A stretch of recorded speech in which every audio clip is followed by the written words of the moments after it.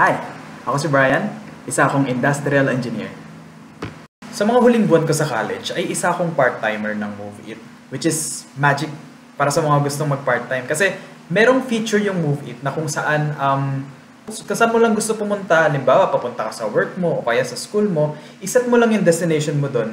Tapos yung mga marireceive mo na customer, doon din sa area na yun pupunta. So, sabi nga ng aming instructor, pupunta ka lang sa work mo or sa school mo, kumita ka na, insured pa yung biyahe mo. Mula January 2025, nirecord ko lahat ng pag-ikot ng pera ko na related sa Move It. Andyan yung maintenance, gas, shower caps, helmet spray, car wash, load, withdrawal fees, at syempre ang kita din, pati yung tips. So ito yung mga na-realize ko. Number 1, ang tipid ng Honda Beat. 43 times akong nagpagas. Sa Petron lang. Nirecord ko lahat. Yung odo ko, ilang litro nilifil ko, magkano binayad ko, ilang kilometro yung tinakbo ko, at iba pa. Dahil dito, nalaman ko na ang average na kayang takbuhin ng Honda Beat sa 1 litro or 55 pesos is 53.42 kilometers. Actually, ang sabi talaga ni Honda 63.7 dapat. Pero since ginagamit ko ito pang biyahe, kadalasan talaga may angkas ako, so mas mababa yun.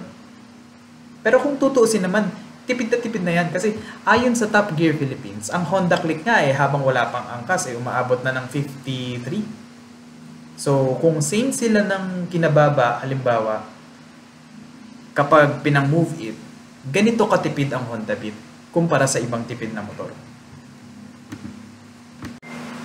Pangalawa, pag-intindi ko sa tips. Kasakasamang palad, hindi ko na makuha yung datos ng January tsaka ng February.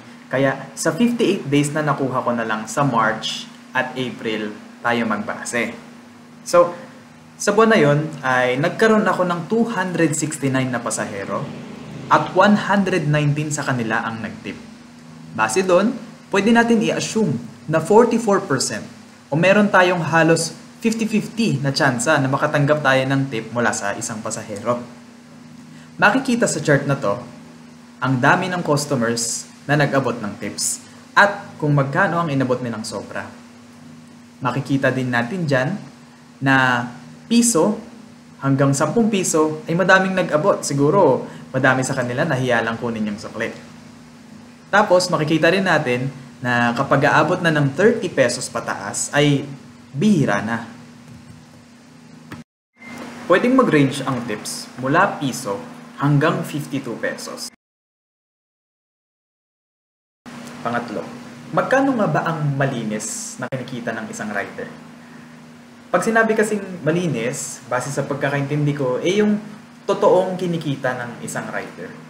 Like, hindi kasama yung ginastos niya sa gas, sa maintenance, shower caps, at iba pang gastusin sa MC Taxi, kundi yung totoong mauuwi niya ng buo.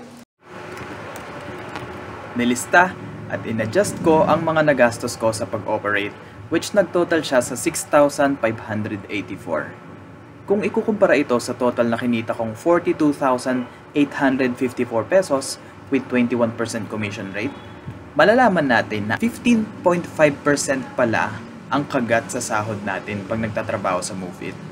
So kapag sinabi natin na kumita ka ng 1,000, bawasan ng 15.5%, edi 845 lang pala ang kinita mo dun.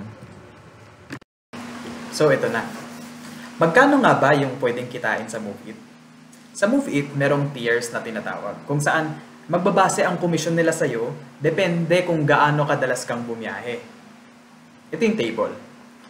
Since part-time lang ako, sa akin yung pinakamataas na komisyon dyan, syempre, with 21% commission.